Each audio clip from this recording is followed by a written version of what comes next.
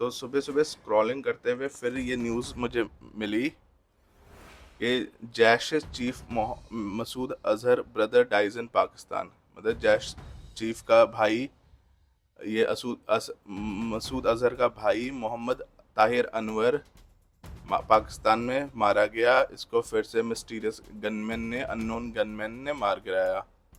और ये भी मिस्टीरियस सर्कमस्टेंसेस में मरा है। मतलब पिछले 2 हफ्तों में दिस लाइक तीसरा बंदा है, तीसरा जिहादी टेररिस्ट है जो अभी मारा गया है।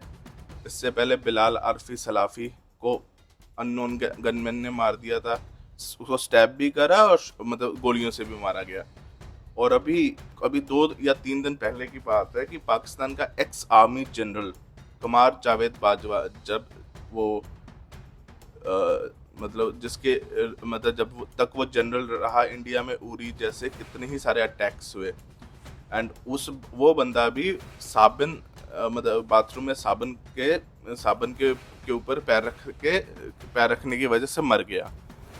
I mean we must say कि हमारे जो अननोन गनमैन हैं एंड जो हमारे सीक्रेट एजेंसी है इस वक्त फुल फुल थ्रॉटल फुल वे में काम कर रही है। जो मोहम्मद ताहिर अनवर था, ये 2001 parliament attack, 2016 Uri attack, 2019 Pulwama attack, तीनों में शामिल था। ये सब साले पाकिस्तान के मदरसों में वहाँ के बच्चों को जिहादी बनाते हैं। ये वही ये वही से मुरक्के वगैरह, ये उन्हीं मतलब टेरर बेसिस हम लोग बोलते हैं, पर ये वहाँ पे पाकिस्तान में से मदरसे कहा जाते हैं या मस्जिदों से कमांड करते हैं। और जहाँ पे आपने देखा होगा कि जब इंडिया ने लास्ट ईयर 2025 में जब अटैक करा तो 3 गुंबदों पे अटैक करे थे। ये वही 2-3 मेजर इनके पोस्ट हैं जहाँ से ये लोग डील करते हैं। अब ये सिर्फ मसूद अजहर जिंदा बचा है, द मेजर टेररिस्ट जिसको मारना बाकी है। जब ये मारा जाएगा तो आप समझ लीजिए कि India has won the major majority of the battle. But as everybody knows के जैसे हाँ यस, एज वी नो कि जैसे रक्त बीज कभी मरता नहीं, वैसे इस्लामिक टेररिज्म कभी खत्म नहीं होता। इस्लामिक टेररिज्म एक ऐसा नासूर है, एक ऐसी आइडियोलॉजी है जिसको आप कभी ख़त्म ही नहीं कर सकते। क्योंकि इस्लामिक टेररिज्म, या जब आप छोटे छोटे बच्चों को ही किसी दूसरे रिलीजन के खिलाफ जहर को वैलिडेट कर देते हो। एक पूरी की पूरी सोसाइटीज़, कंट्रीज़ ऐसी हैं जो इस बात को मानती हैं कि दूसरे रिलीजन्स, दूसरे कल्चर्स जो हैं वो कुफ्र है खुदा के खिलाफ।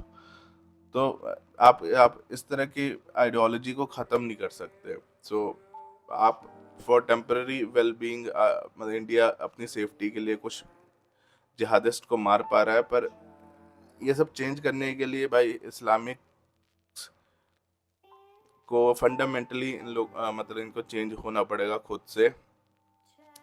अगर अमेरिकन सिस्टम चाहे, अगर पूरा यूएनओ चाहे, तो डी रेडिकलाइज करने के लिए इस्लामिस्ट को डी रेडिकलाइज करने के लिए उनके एजुकेशन सिस्टम में चेंज करवा सकता है।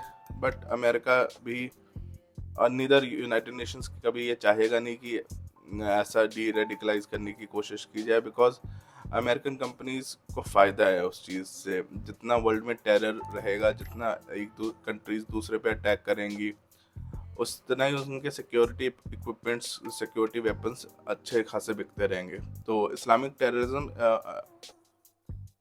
अमेरिका का सबसे बड़ा हथियार है। तो आप ये मत सोचिए कि there will be a good day in future. No, जब तक टेररिज्म से लाखों करोड़ों लोगों का मतलब एंटिटीज़ का फ़ायदा है, तब तक टेररिज्म बना रहेगा। हम सिर्फ उससे बैटल कर सकते हैं टिल एटर्निटी, जब तक हम उनकी आइडियोलॉजी को नहीं चेंज करते।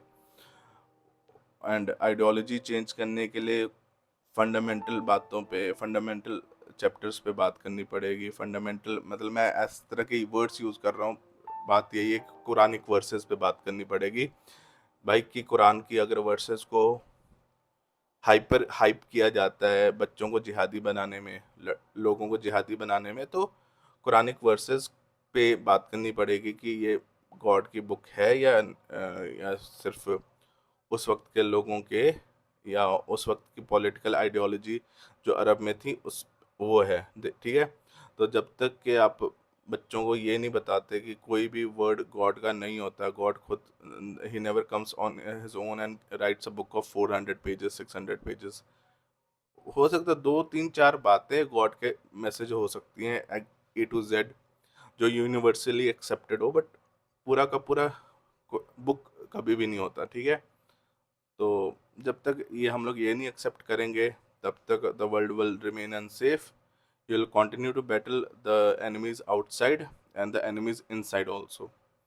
Thank you.